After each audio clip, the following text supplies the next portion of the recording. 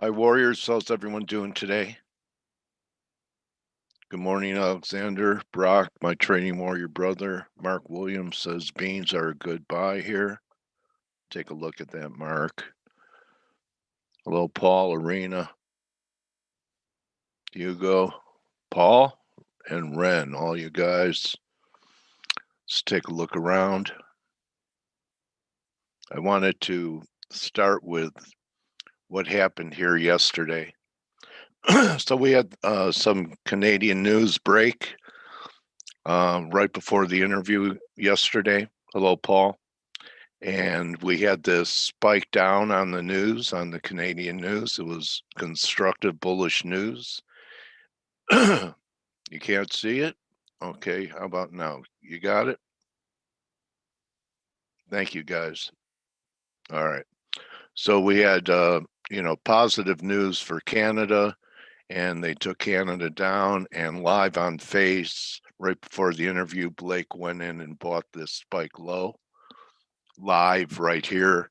So I just want to ask you, he's here and talking maybe 20 minutes during Face. So can you imagine if you were around him and the other traders in our members chat all day long, how many good ideas? So this was an example of, a great entry. Anyone coattail Blake on the Canadian yesterday? Anyway, okay, great. Yeah, so you're going to see more of that in here. Let alone if I, show you some active patterns in play, you might be long the metals like Blake is long silver still, and Blake Greg Blake is long actually gold, short. Dale Blake actually short short. silver. Yeah, and Greg is long gold. Okay, see? So, yeah, we don't have a company line. And you know what? They both could be right. A lot of it depends on the time frame. Uh, how are you? Hey, how are you, Sinatra?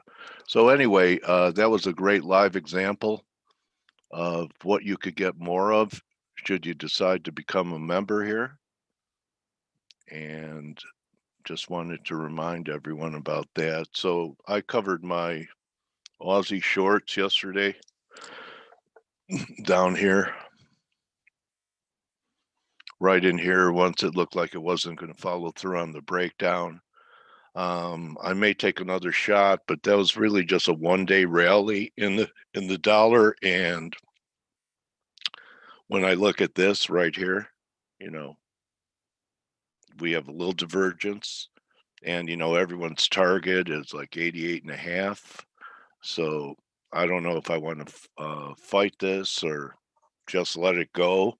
Again, your weakness continues to be the Aussie compared to everything else.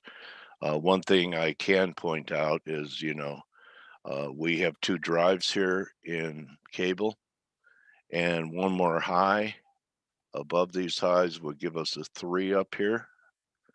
And what a nice spike in Bitcoin. Be something if this was the low, right? And they flushed everyone out. Because I was looking for 36, overshot it. Um, this could have been an important, very important high. There was a tweet by Mark Yusko who said that, about Musk, why not, he made a lot of money on the crypto move, and who knows exactly where he sold it or what he's holding. But now rinse and repeat. Maybe they're going to do it all over again. Actually, I don't think that 60,062 was the high, and that I think we're going to get fill out this range, and Bitcoin could make a move to 80K. So this, if you look at it, could just be just a little correction, and do a little work down here and get back above 52. We could be at 80,000. Okay, so gold's real interesting up here, guys. This is a breakout a lot of people were talking about. Yeah, he can run the market. 80K, yeah. So gold so far has held this breakout line here. Still has, even on this big move we had yesterday in gold, this spike, look at this. We didn't even really confirm. Okay. And we all know silver's been lagging dramatically, right? And failed from the 78.6 level. So we'll see. You know, we could still, when I see this, I think, you know what, silver could still make another high. When I see this, gold has a weaker RSI structure. So we'll see what happens in the days ahead. And I'm not that bullish as a lot of people are here. So we'll see if it can hold this breakout. Of course, the big level is about 1850, but this is the way I drew the line, and goes all the way back to the high of the move. It's like one of these obvious trend lines that everyone's looking at and calling this a breakout. So we'll see. Oh, 500,000. Yeah, I heard about that too. So we'll see if we could hold this trend break in gold. And I think that's about all I wanted to cover. One other thing in S&Ps, it did dig its made a higher low here, right here. I would say that these are the two important levels. If we take out yesterday's low, this is a failing rally, and we take out Monday and Tuesday's highs, we have a shot for 4,300. I'm still going with the fact that I think we could rally one more time there, and I would love to see NASDAQ, which doesn't look like it could, but I'd love to see it rally one more time, because then you'd have this, right? 1, 2, and get a 3, you know, just a little bit above 14,000, 14.2, 14.3. But we'll see. Same applies for NASDAQ. We take out yesterday's lows. In fact, NASDAQ had a better day yesterday than S&Ps. Okay. A lot of stuff going on. Yeah, banks are going to let you have crypto accounts. So we'll see. Also, and I'm going to pass it to Blake here. Yesterday's action in the gold silver ratio, and with only 1 day left, it's trying to put in a reversal week, a higher low. So we had this, and now we had this, and this pivot has been about 68.5. And if we get through that, I think we're going to 75, which would make gold still your preferred long and silver your preferred short. I might get my wish. It's not a wish. Okay. It's just a potential scenario that I see in the charts. So that's really it. You don't have that kind of formation in the S&Ps, but it's much more obvious in NASDAQ, isn't it? Look at this. 1, real clean, little pullback. 2, real clean, diverge, little pullback, and one more blast. And I'll be aggressive on SQQQ if that happens. You know, had a decent run. You know, there's nothing wrong with 25% from here to here in a few weeks. So we'll see. Maybe we're going to pull back here. Yeah. If I wish upon a star. Here, I'll wish upon Blake. Blake's a star. How are you, buddy? Nice Canada trade interday live, showing people how you fade news events. It was a great live lesson.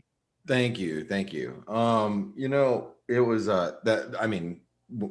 those things, especially following news events, sometimes it can be more luck than skill. But in that case, it's just some of those things happen to be more experience. And that one was, we've seen Canada, and we've seen them over years get ahead of the news. There's a lot of speculation on whether Canadian banks get leaked a lot of the data.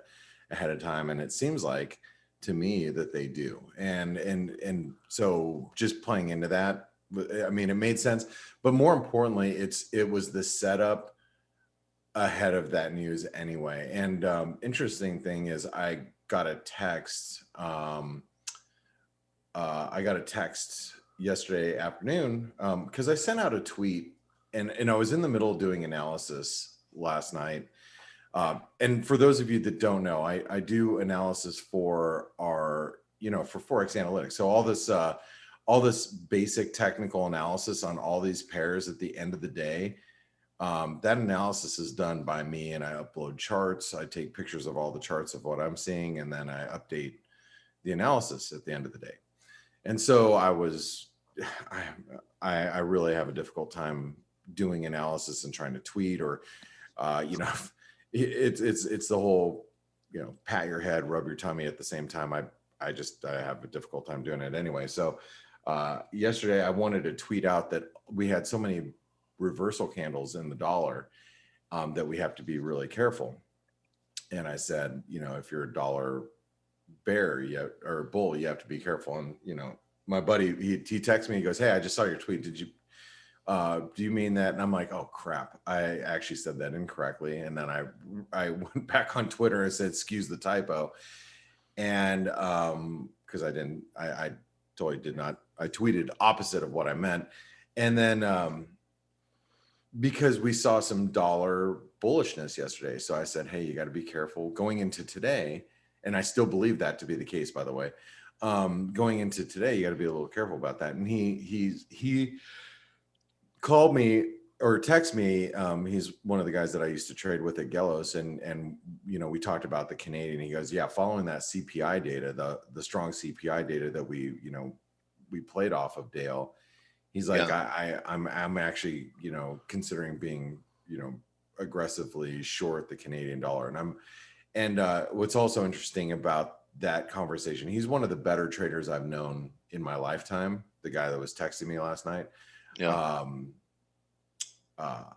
he's like Iceman when he trades. It's crazy. Okay. Yeah. One of those guys that trades such size that it doesn't even affect him. I knew a guy on the floor. They used to call him the bank because he would fade central banks intervention. Man. Yeah, on the floor. Guy's name was Bregman. So it's amazing when you get a reputation like that, right? But I mean, this guy is he's probably like 10 years younger than me, and like just the stomach of steel, and it's like, and when you're talking being, I guess, I was basically, you got to bring him in for an interview. He likes, like a lot of these guys, they like to stay under the radar. They don't want to be known. We actually talked about it before, and I'd have to he's like, bribe him. Can we change my voice and and not show my face? I'm like, yeah, we probably can do that. Anyway, he's a really cool guy. But anyway, he's turning bearish Canada down here. What was DSI like in 90 something, like in Canada? I think we got to 90. I can actually pull that up for you. Let me see, because last night I usually know this right off the top of my head, but last night, for those of you that missed it, it was my son's birthday. So because of that, I got the data and I passed it along to the chat room, but the Canadian dollar was at 79, so it was all the way up to 85, 88. Okay. So it was in the high 80s. Yeah. As we were approaching these lows, and you guys know I thought it was going to be a false breakdown, and that's why I was playing into it. So Dale, just to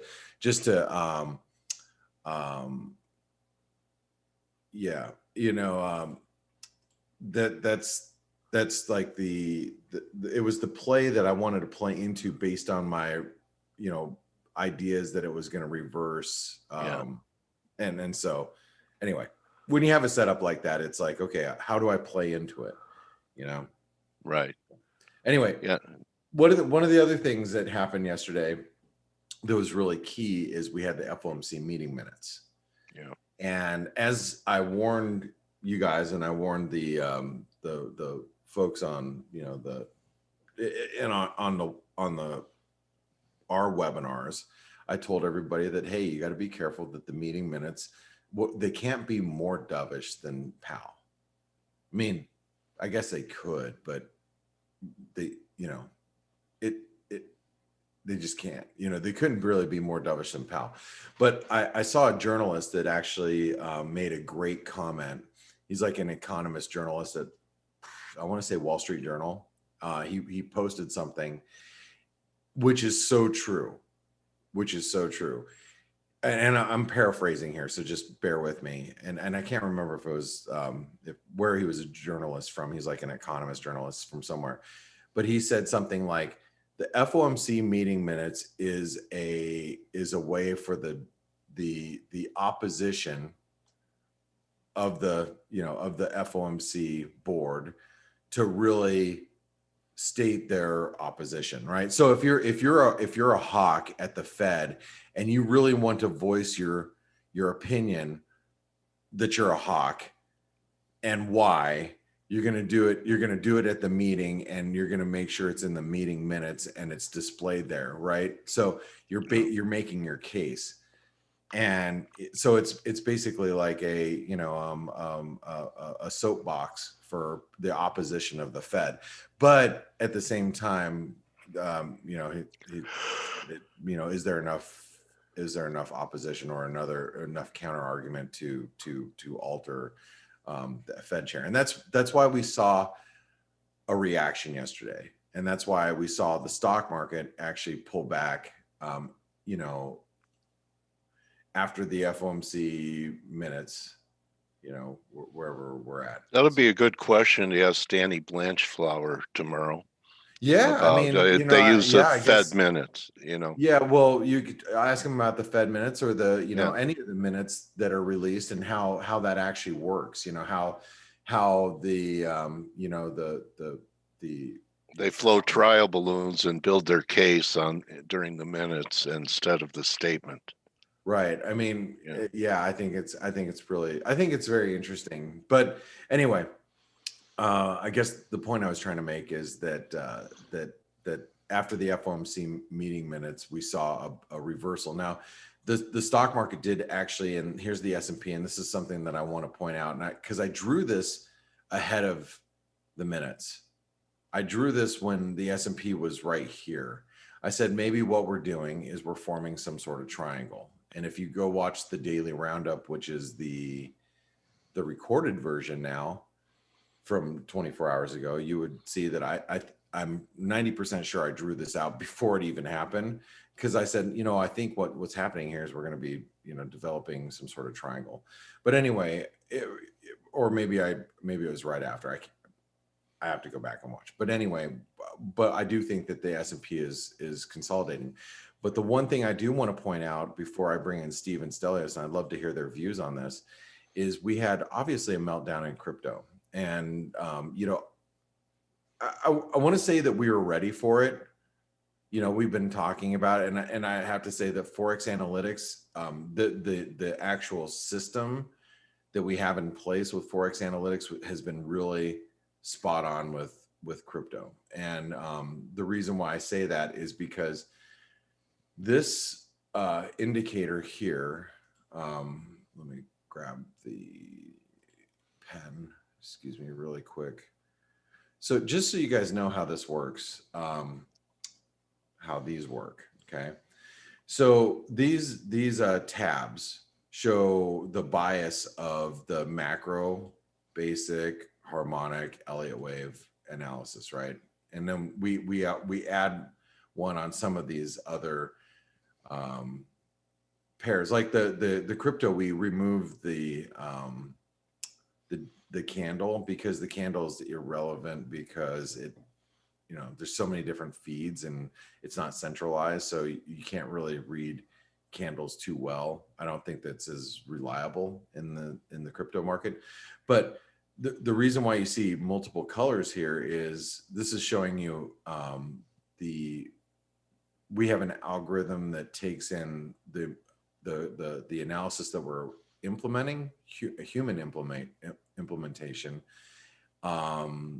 with our charts, and the number of charts that we've posted over the last few weeks, and what the analysis bias has been. And we had been, up until a couple of months ago, like 2 months ago, we were, our basic technical analysis, I believe, was green pretty much for like, I want to say like 8 to 10 months. It was like solid green, never changed. Then it flipped to yellow like a couple of months ago, and then it flipped to red relatively recently. And the one thing I want to point out regarding our analysis on Bitcoin is we've been waiting for that bull bear line to actually break. And I was actually surprised that it broke so aggressively yesterday.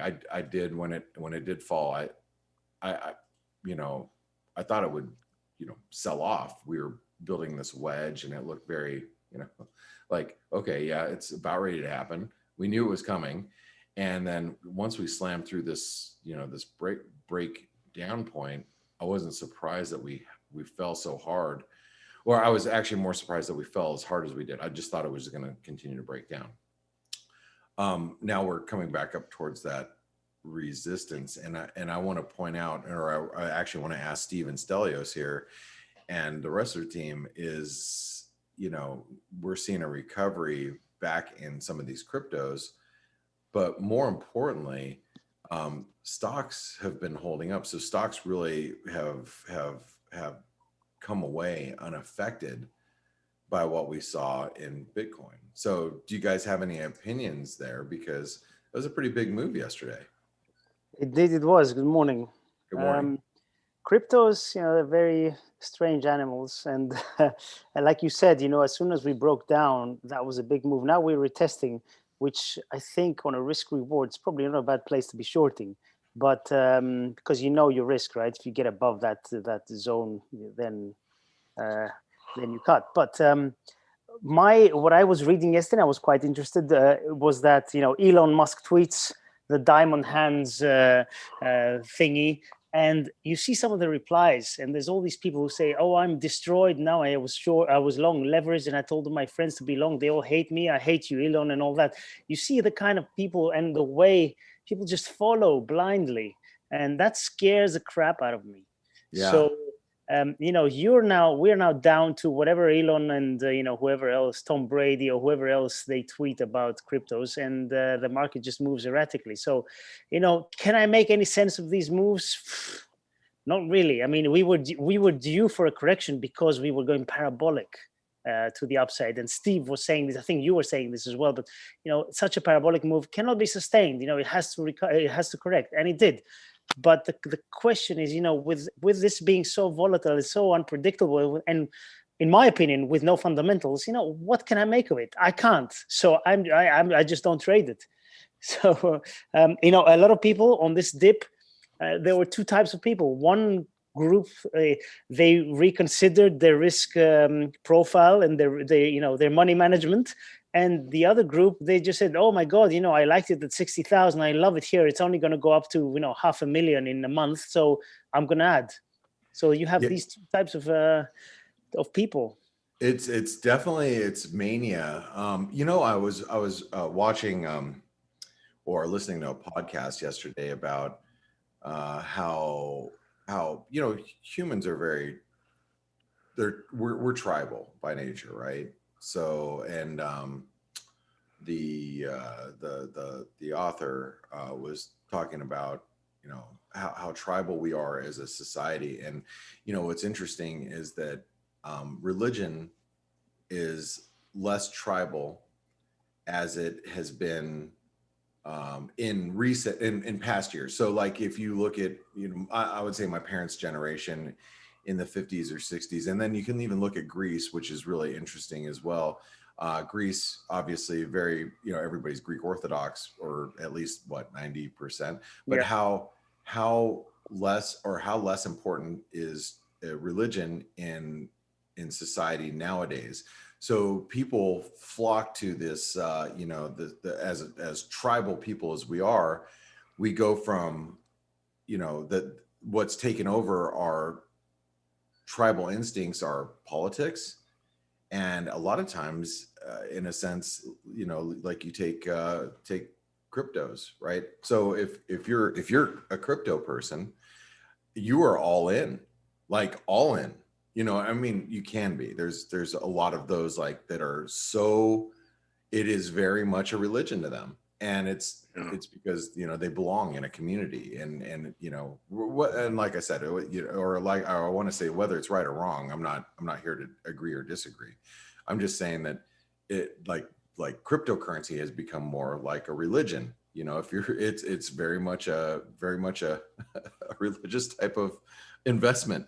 Indeed. And same with politics, right? And we've seen that happen a lot. And I found it really interesting, especially over the last, you think about it, over the last, like, I want to even say even like the last 20 years, people have become less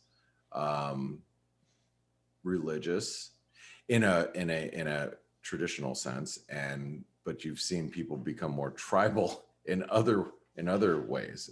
Do you guys see that, or the worship of money?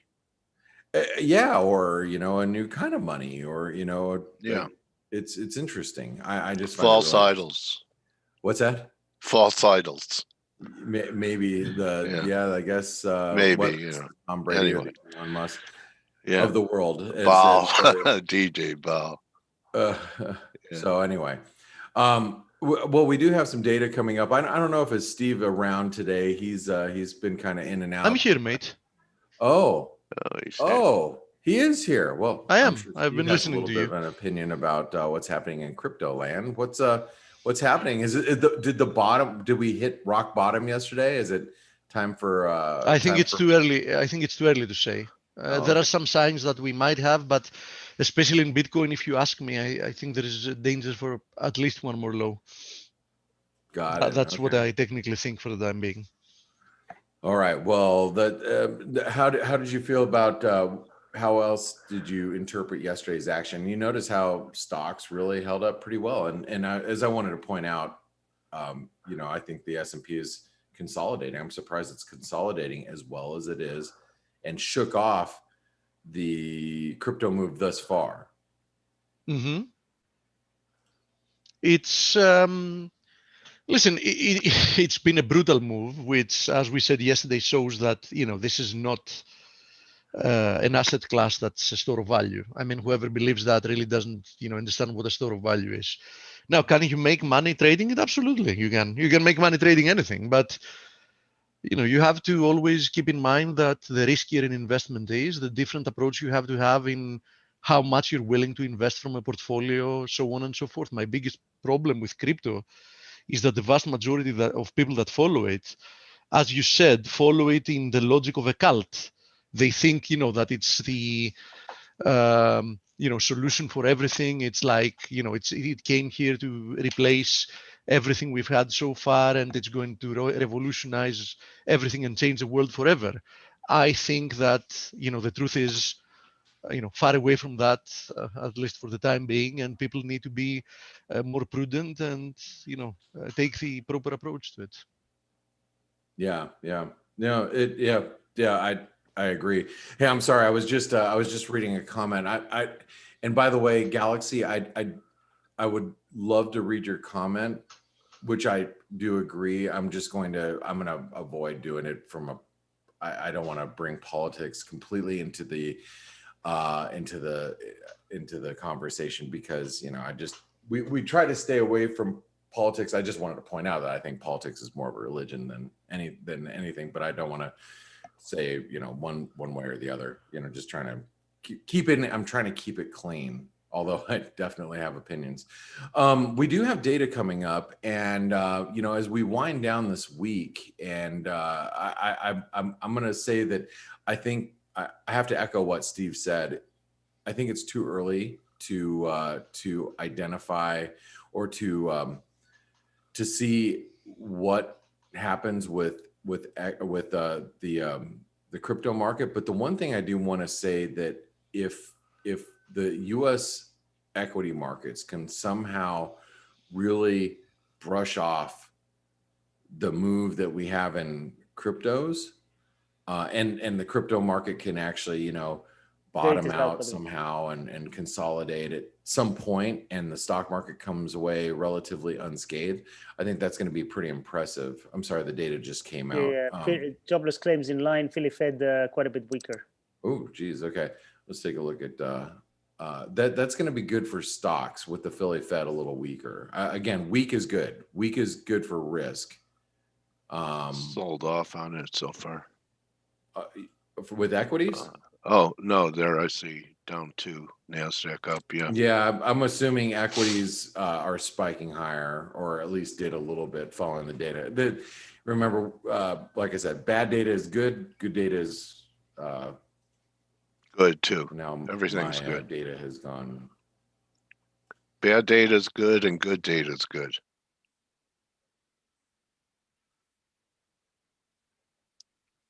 Everyone's still there. I think we may have lost Blake.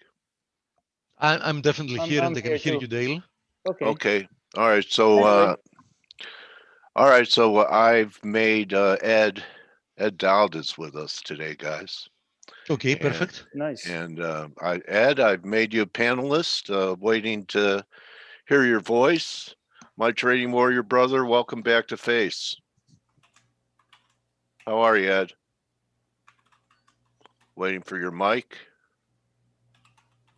because I have some very important questions to ask you. Is that you from Maui? Get off your surfboard, Edward Dowd. He still seems to be muted. Still Let me- muted. I hear Yeah. a xylophone being played. I unmuted him. Me now? Yeah, Ed. How you doing, guys? All right, my trading warrior brother. How are things in Maui today? Another- It's 2:30 a.m. So Oh, okay. So it's dark out. Another day in paradise. Thanks for getting up so early to talk No to worries. us, Ed. I appreciate that. I normally get up at 2:30 a.m. So I got up an hour earlier today. I don't know how you do it. I get up at 4, and you know, Rocky Balboa in the first Rocky movie showed him once he got the fight with Apollo and started to train. He got up at 4 and, you know, cracked about 8-10 eggs into a blender. Anyway, Ed, you want to share your screen? Yeah. Remember how to do that? Green box. And you know, I want to acknowledge last time you were on, the market was correcting to the downside, and you didn't think it was going to be a major top. Your line in the sand was 3,700. I bet you're a little surprised that I remember that. And- No, No? you took notes. You took notes, Dale. No, I don't. I'm an elephant. Anyway, so I think we got down to 37.40. Never took out your line in the sand before we rallied up to 4,000. You also mentioned on VIX that the term structure, or there was no backwardation. You know, it was all the further out you went, the higher the VIX price was. Has that changed at all in VIX? No, Go ahead. last week, briefly, we went into backwardation. Okay. And I follow a VIX trader on Twitter who's pretty good. And when that happens, he takes off all his trades. So we did get a little bit of a warning last week that something's going on. It didn't stay in backwardation, but Yeah. that's a sign for him. So he's a good trader. He avoids all the VIX blowups. He's usually Yeah. short, and he stepped to Short the vol, usually short vol. Yeah, usually short vol. And he stepped to the side because when that happens, that volatility traders who are usually short get blown up, and he's never been blown up. So he's out of trades. So last week we got a little warning sign. You know, right now, I was listening to what you guys were saying. Blake was saying that the S&P looks like it's doing a little triangle consolidation. I Yep. I work closely with Peter Campbell, and MCM. Right. And, Good guy. good guy. I like You know, Peter. He and I are looking for a retest of the lows, maybe a little lower. We're looking for we might rally here today, tomorrow into OPEX, but we think the rally is going to come up to a lower high we look at sentiment, and we think it's going to get bearish excess energy, meaning like sentiment's going to get overheated for the amount of price movement, and then it'll resolve lower. And we're looking for 40.10 to 39.80 for a low. Now, Okay. and then sometime today, tomorrow, next week, I'd like to see it rally a little bit more before I get short. I'm in cash at the moment, but the bottom line is we're unsure whether a top is in. We're getting closer to a major top. However, depending upon what we see when we make the new low, if we see a confirmed sentiment low, that's scary. If it's an unconfirmed sentiment low, then we're going to rally to a new high, and this thing continues. But so we're not saying the top is in, but we're more cautious than we were at 3,700, where we said we were going to a new high. We did. It's getting dicier here. Yeah. If you look at because there still are some bulls talking, a lot of people banding about the 4,400 level in the S&Ps. Does your work, can your work see how that might be able to happen? 43, 4,400? Yeah, it can do that. And that quite frankly, I'd rather see that as the top, because that would be some unconfirmed highs, credit sentiment rolling over. And that would be a perfect high. What scares us is the top may be in. We're not saying it is, but if that is true, that would be a very unprecedented top, because we don't have unconfirmed highs. So that we're not saying it can't happen, but this is the Fed monster that they created. So new things can happen in these crazy times. So. One of our attendees, Sansi, is asking, I don't know if you want to share it, who's the VIX trader on Twitter that you follow? Selling Theta, at Selling Theta. Selling Beta, at Selling Beta. Selling Theta, TH. Theta, okay. There you go, Sansi. All right, so you have someone else to confuse you. All right, Ed, so that's S&Ps. Anything else that you guys, do you guys track anything else besides S&Ps to, we've had a pretty good move in gold and the dollar. Does the dollar come into play? Because what I've noticed the last few days, which worries me, because I would like to see one more new high, but normally a weaker dollar propels stock indexes higher. And we've had a couple days with the dollar being sharply lower, and it hasn't provided any jet fuel for stock indexes. Well, if you look at the chart of the dollar, we put in a low in the beginning of the year in January. Then we had that nice rally. We went above the long-term trend line. Now we're back below it. And it looks like it wants to do a double bottom. Do a what? The dollar looks like it wants to try for a double bottom to the January low. What, 88.5? Yeah. Everyone's looking for that number. I don't know how many people have talked 88.5. I know you've been around, but when everyone's looking for one level, what I've noticed over the years, it either doesn't achieve it, and if it gets there, it's not long lasting. That point usually, goes through it like a hot knife through butter. But there's so much almost unanimous opinion by dollar traders that 88.5 is going to be the low. So it makes me skeptical. Well, you know how these things work. Like you just said, we may not make a double bottom. Maybe the low was January. We're back testing, and then the equity markets, like you said, we've had a nice decline in the dollar, and equity markets are kind of struggling up here. We had crypto getting slaughtered recently.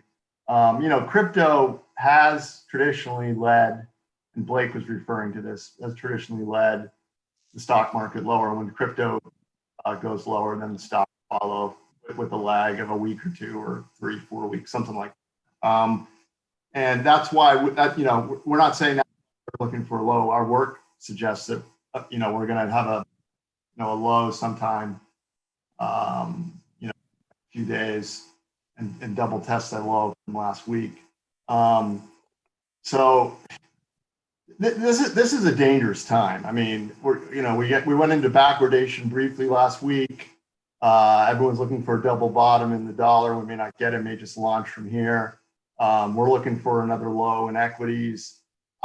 Crypto's falling apart. It's back testing resistance. There's a lot of cross currents, and then you have yields kind of ticking up. Yields are ticking back up. The Fed yesterday said some bizarro things. They may taper sooner, but we're going to do permanent repo, which that really means no taper. But when you talk about permanent repo, that says there's something wrong with the plumbing. I used to be a bond salesman back in the early 90s. And, when the repo markets get squirrely, that means there's something going on in the plumbing of the credit markets, which, when the credit markets get hinky, every asset class starts to fall apart. So there's something. Were you a bond salesman at Drexel with Michael Milken? Huh? I was at HSBC. I was institutional bond. Okay. I remember that era. Anyway, you do too, right? All right. So a dangerous time. Where are you parking money? Just cash right here? I'm cash looking to short this market for a retest of the low. We want to see what that low looks like. If it's a confirmed low, that means we'll bounce and then fail again and go to a new low. If it's an unconfirmed low, then we'll make new highs. So I don't know what that looks like yet. And, I try not to predict that. So I trade what I see, not what I want. Could we just go? Where's your zone of interest to be a seller? Let me take a quick look. And is it possible that we don't retest that low and I know everything and anything can happen. Yeah, we don't retest that low and we just go from here? Well, it's possible. If we make confirmed sentiment highs on our work, that means there'll be a slight pullback and then launch. So, right now I'm looking to short this, but if once I get off this call and if this thing makes a confirmed local high we have 3 different sentiment indicators: fast, intermediate, and medium term. We have bearish excess energy and intermediate term. And if we get a confirmed high on the fast Globex sentiment, then we'll get a pullback, and then we'll continue. But I don't know what that's going to look like until it unfolds. If we break over 4150 decisively, then this thing's going higher. If we there's a lot of emotional resistance between 4128 and 4140. So that's kind of the zone. So we're 4110. I'd love to see it get to 4130, struggle, get a lot of bearish excess energy, go sideways, and that's where I'd short it. So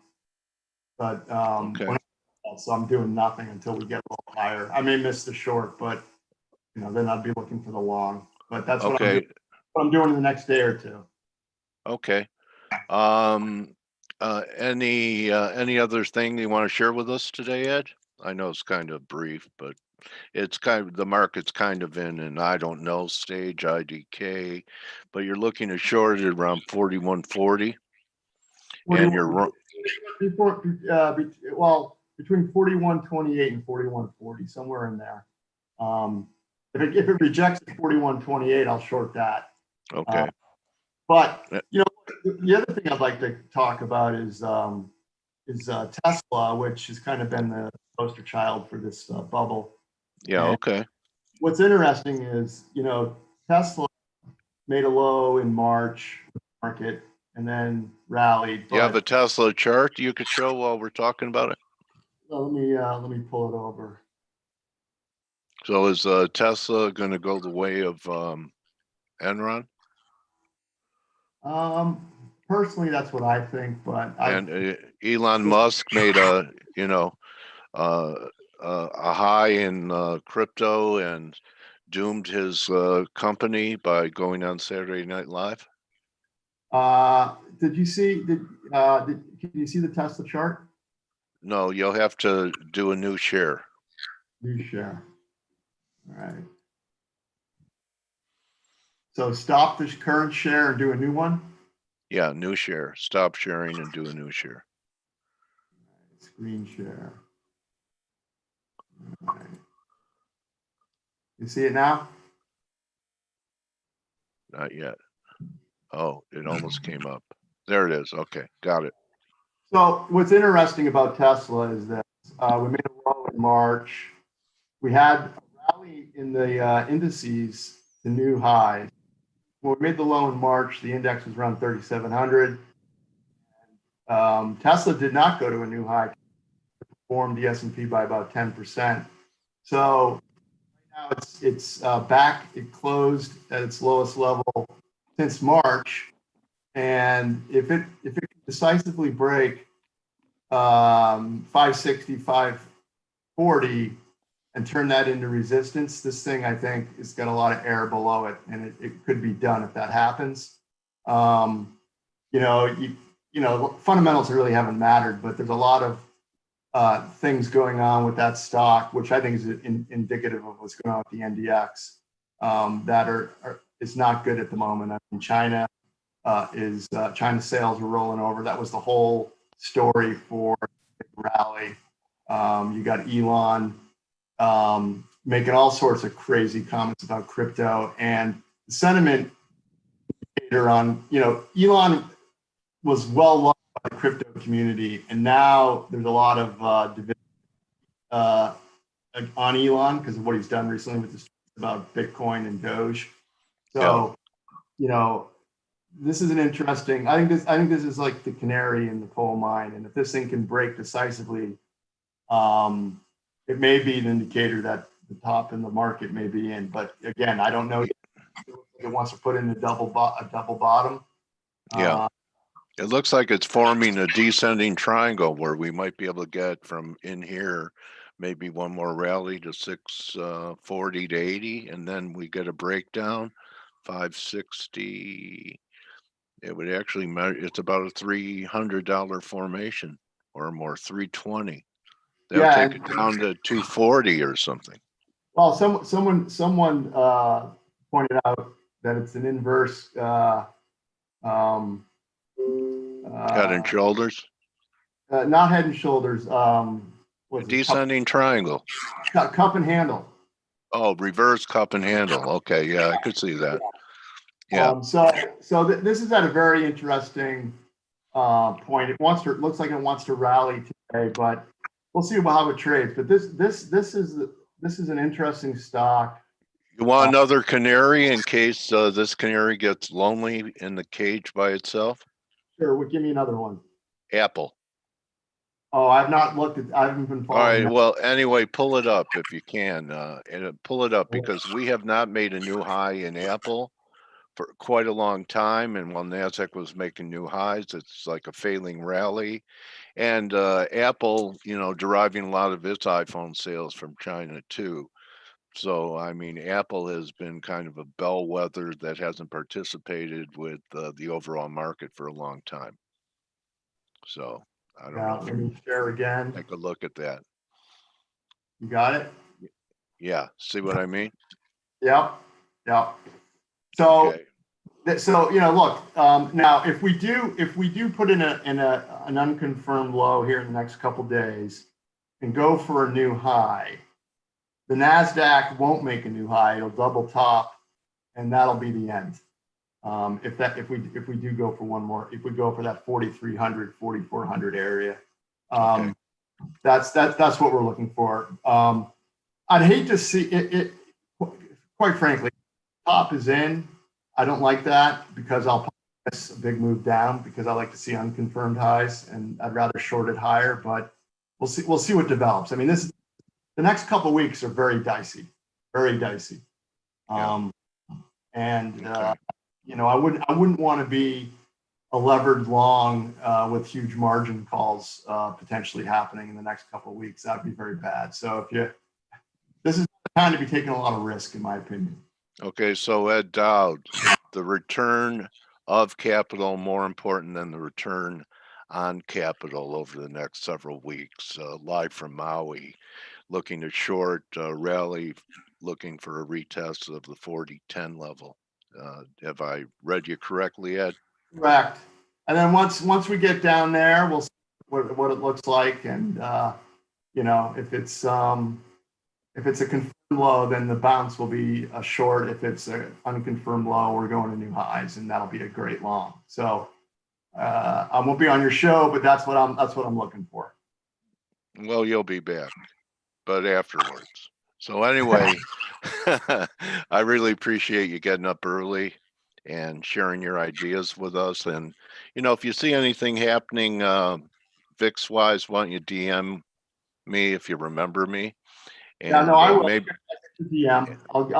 If I see the VIX curve starting to do hinky things, I'll let you know, because that's usually a good warning indicator that we're gonna get a wave of margin calls, and it's gonna be a fast market to the downside.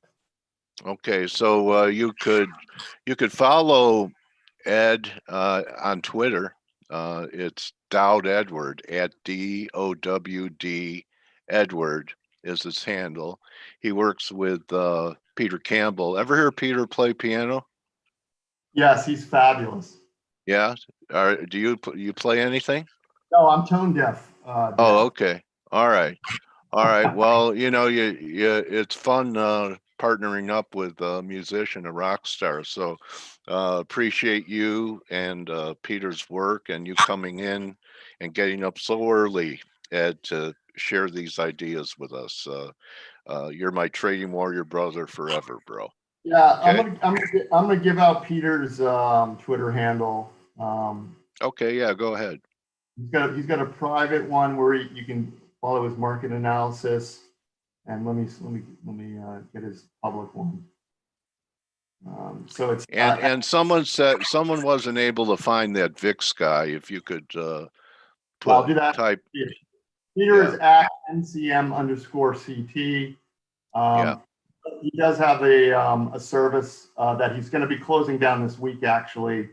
I mean, he'll keep it open for those, but after this week, no more new subscribers, because he and I are going to be doing a new project together, potentially raising some capital for a new strategy. But we'll, so this is the last week to do his MCM CT market stream. But let me give you the selling theta guy. Okay, it's at selling_theta, THETA, at selling_theta, THETA. All right, buddy. Well, thank you so much, Ed. I wish you, you know, a lot of green. Thank You know what I mean? I'm talking cash, man. So good luck in the coming weeks. And thanks again for being with us, Ed. Appreciate you giving your time, especially so early in the day for you. I mean, at night. So thank you for being an owl, being nocturnal and hanging out with us today, bro. Appreciate it. Have a good one. All right, so that's a wrap, everyone. Remember, don't just count your pips, count your blessings. You could join the team in 20 minutes for the morning edge. So you could catch Blank doing some great scalps along with the rest of the team, and Amanda, and Paulie, everyone in there trying to help people and become part of that community to take advantage of it. So adios. I'll see you guys tomorrow. We'll wrap up the week. Take Good care. hunting. Thank you. Thank you, Ed.